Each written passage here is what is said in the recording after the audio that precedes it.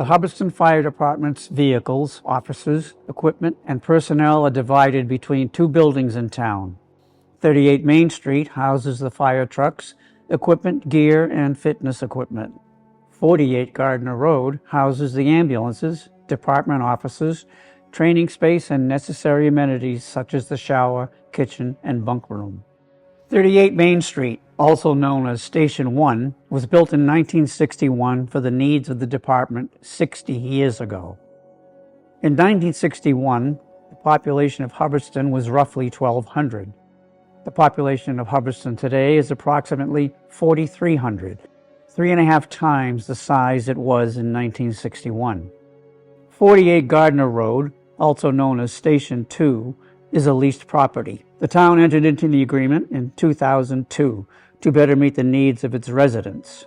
Although this additional space did improve the department's ability to provide services to the citizens of Hubbardston, it has not fully met the needs of the department or the town. Both Station 1 and 2 have serious challenges in regards to safety, security, cost to the town, and personnel accommodations. These challenges are at the expense of the department and the taxpayers in a multitude of ways: funds, personnel morale, recruitment capability, and the ability to best serve the town and its residents in emergency situations. This is Station 1 on Main Street. This is a unmanned station. Station 1 is unmanned, meaning no personnel are on the premises consistently. As the majority of the department's equipment and gear are stored here, as well as a considerable amount of town records, this creates a security concern. Documentation from downtown. They didn't have enough space down there, so they built this room up here to secure documents. The station is unmanned due to not only lack of space, but also the lack of basic necessities. The station has no air conditioning, and due to poor insulation, is only able to be kept at 55 degrees in the winter months. This building doesn't have the proper insulation, basically because it's a block building down on the lower part of the building. The station has extremely low water pressure, making even hand washing a challenge. Behind me down the hall is the only bathroom for this station. Due to years of the high iron content in the water, a lot of the plumbing here is, I believe, filled with iron, so there's hardly any water pressure. You can actually see the iron in the buildup on the toilets and on the sinks. The toilet at Station 1 is used only in emergencies, as the toilet is able to be flushed once per day at most due to the low water pressure. The department's fitness equipment is kept on the second floor of Station 1. However, due to the heat and air conditioning limits of the building, the fitness equipment is only able to be utilized seasonally. During the warmer weather, it can't be utilized because it just gets too hot up here. Right now, it's probably 80 degrees outside and it's about 95 degrees upstairs. The electricity for Station 1 is at capacity and cannot be expanded. With these panels over the years, things have been added on and maybe not done exactly the way it should be. We also provide power to the sign out here, the electronic side for the town. It also has power that goes out to the bandstand. So over the years, things have been added on and have taxed the electrical situation in this station. The electricity for Station 1 is at capacity and cannot be expanded. In order to accommodate any increase in electricity needs for the fire department at Station 1, power would need to be cut to either the town sign or the gazebo. Of additional concern and liability, Station 1 is not ADA compliant. Although the department's space was expanded in 2002 to include Station 2, the space being utilized at Station 1 is still insufficient. Station 1's garage bays were built for the fire trucks of the 1960s. So this station, when it was built in, I believe, 1961. Fire apparatus at that time were probably half the size of what the current vehicles are. As the years have gone on, apparatus carries more water, which is a must for us here in Hubbardston. Current fire trucks are almost 2 times larger than those of 60 years ago. This affects the department in 2 ways. First, the door opening heights limit the type of trucks the department can have and what apparatus can be on top of the trucks. Second, Because the space behind and between the trucks is so narrow, they cannot be serviced inside the building. Trucks must be pulled out and worked on outdoors. This is especially challenging in inclement weather. As you can see, engine 2 here is right up against the wall. It doesn't leave any room for fire personnel to get around the vehicle, to maintain it, or access any of the equipment that's on the rear of the truck. Station 1's limitations are an expense to the town of Hubbardston on a notable scale. Considerable funds are spent each winter to heat the poorly insulated Station 1. Due to the age of the building, we spend thousands of dollars every year trying to heat this building. Also of expense, fire gear such as jackets and pants must be commercially washed after fires for health and safety reasons. This gear, after they're in any substantial fire, needs to be sent out to be washed. Here in Hubbardston, we do not have commercial grade washer or dryer. We have to send it out. Usually that's a 3 to 5 day turnaround for that gear to be washed before it can be put back into service. This lack of equipment costs the town funds and personnel time, as well as putting a 3 to 5 day delay in a firefighter's availability. In winter months, trucks must have road salt and sand washed off after each call. Due to the low water pressure, this cannot be done at Station 1. So for years now, we've been unable to wash the vehicles here. We have to take them up to the other station at 48 Gardner Road and wash them. After a call, trucks are driven to Station 1 to unload gear and then driven to Station 2, washed and then driven back to Station 1. Each time this occurs, it costs the department time and money in the form of personnel and fuel expenses, as well as unnecessary wear and tear to the vehicles. The final noteworthy expense of Station 1 is its roof. The roof of this building was put on in 1982. Since then, nothing's been done to it. Station 1's roof was installed over 40 years ago. A replacement roof has been in the town's capital plan for at least 5 years since the Capital Improvement Plan program was revamped in 2019. Since then, it has been consistently postponed. Although the roof is still currently functional, it will fail in the near future at a considerable cost. Finally, the limitations of Station 1 directly result in safety concerns and compromises. In 2016, a major building failure occurred, which could have been very serious. So this section of the ceiling actually collapsed, and it could have been detrimental. Luckily, it just fell on the apparatus, and nobody was in the station at the time. Thankfully, property damage was minimal. There is a strong possibility that other portions of the ceiling may also collapse in the future, potentially injuring personnel and damaging property. Also of concern, the concrete slab of the garage bays noticeably flexes when trucks are pulled in and out. Due to the weight of these vehicles, like I had said earlier, when this station was built in 1961, the vehicles were half the size, carried not even close to the amount of water. This truck carries 2,500 gallons of water. When it backs into the apparatus bay, you can actually see the concrete pad flex a little bit. It is reasonable to expect that the slab will eventually fail under the constant stress and flexing over time. If the foundation of the building were to fail, it could compromise the structure entirely. This is a large safety concern. Beyond the safety of fire department personnel, Station 1 poses a vital concern for the safety of Hubbardston residents. In emergency situations, seconds can be a matter of life and death.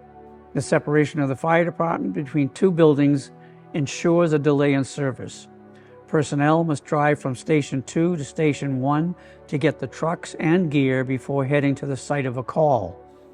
The time spent driving and collecting equipment is time that could and should be spent providing emergency services. Although Station 1 does serve a purpose, it currently is a safety and security liability and creates additional avoidable financial costs to the town. Station 2, located at 48 Gardner Road, is a leased property that houses the town's 2 ambulances, department offices, training space, and necessary amenities. Station 2 meets the department's needs in some aspects, but falls short in many areas. Due to the property being leased rather than owned, it is not in the financial interest of the town to invest in site modifications that would benefit the department. Issues with the building over the course of the lease have included ADA non-compliance, rain gutter neglect, roof leakage which caused vital document damage, mold, and septic failures. Station 2 does not meet the needs of the department's 16 personnel on the day-to-day basis. There are office, storage, organizational, and comfort shortcomings. The building has one window air conditioning unit for the entire station, which does not adequately cool the space. This is the air conditioner unit for the station. It actually provides cooling for the whole station, and due to the fact that it's in the front of the building, really doesn't provide much cooling for the back training room. And also, because it's on the first floor, it security risk because somebody could push that in and enter into the building. There is one bathroom and one shower for the entire department. This is our laundry slash shower slash locker room. There is only locker space for full-time personnel. There is no personal storage space at the station for 11 of the department's employees. We have just space enough for the 4 full-time staff members to have locker space here. There is no fitness equipment at Station 2 due to space limitations. The citizens of Hubbardston rely on the physical abilities of its fire department in emergency situations. Exercise is imperative for personnel to remain physically fit and perform their job duties well. The training room is adequately sized for department meetings, but is too small and too poorly ventilated to comfortably accommodate regional training sessions, which are commonplace within public safety departments. This is our training room. Every month we conduct EMS training. We have a monthly meeting for department staff. It holds about 25 people, so normally it accommodates the number of people we have, but from time to time we do like to reach out to other departments and have joint trainings, and with the number of seats in here, it makes it difficult. We got to limit it to make sure we have enough space here. The small training room limits the fire department in its ability to host and participate in regional collaborations, a vital resource to small-town fire departments. Additionally, the sole bathroom for the station is directly off the training room, making privacy a challenge. This is our bathroom. It's the only restroom that we do have up here, so that can cause some issues, especially when we have multiple people here for training.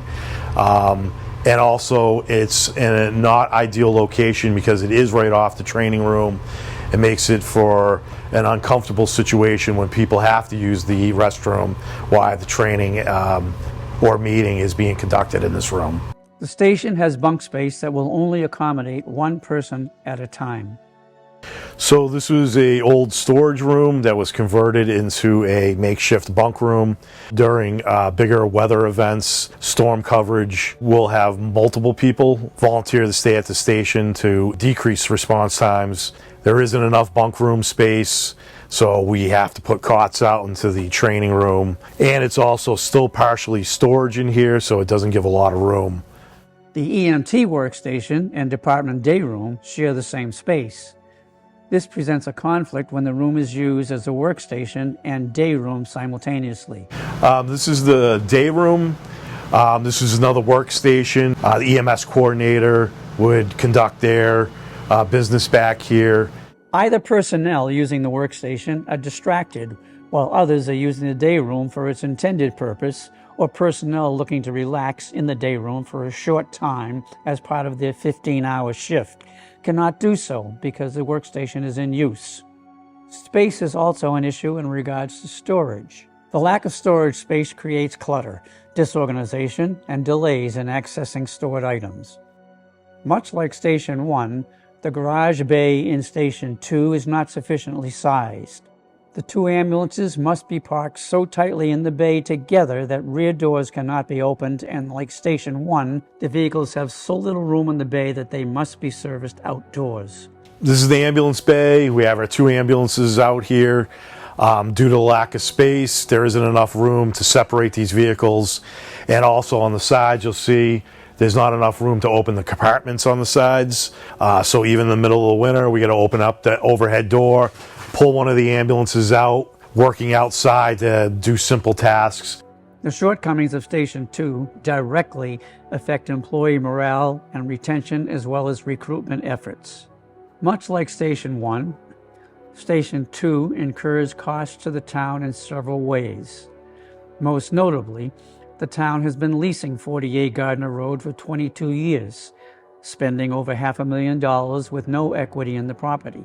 The utility room for the entire commercial building is located inside Station 2. When any heating, electrical, or water filtration work needs to be completed for any part of the building, technicians must access the room through Station 2. This is the utility room. It houses the oil burner for the hot water and heat for the main building. It also has the electrical panels, meters, and the water filtration and water system for the whole complex. For security reasons, department personnel must be on site to let technicians in and remain at the station while work is being completed. As with Station 1, there are security concerns with Station 2 as well. There is no backup generator at Station 2. Without backup power, services to the town could be interrupted at a time when they are most needed. The Station 2 parking lot is shared with other tenants of the building. This is our parking for Station 2. We are sharing the space with the other tenants in the building. So from time to time, we have trouble with parking. We'll have people that park in front of the various trailers that we have that have support vehicles for us. You can't gain access to them. Equipment stored in the parking lot can and has been blocked by unknowing visitors of adjacent tenants, delaying response time. Also delaying response time, as mentioned earlier, personnel must drive from Station 2 to Station 1 to collect gear and fire vehicles before driving to a site, costing the department minutes when seconds matter. The Hubbardston Fire Department buildings face significant issues concerning safety, security, costs to the town, and the well-being of their personnel. These challenges negatively impact the department and taxpayers in various ways, including financial burdens, lowered morale among personnel, reduced recruitment ability, and diminished effectiveness in responding to emergencies and serving the town and its residents.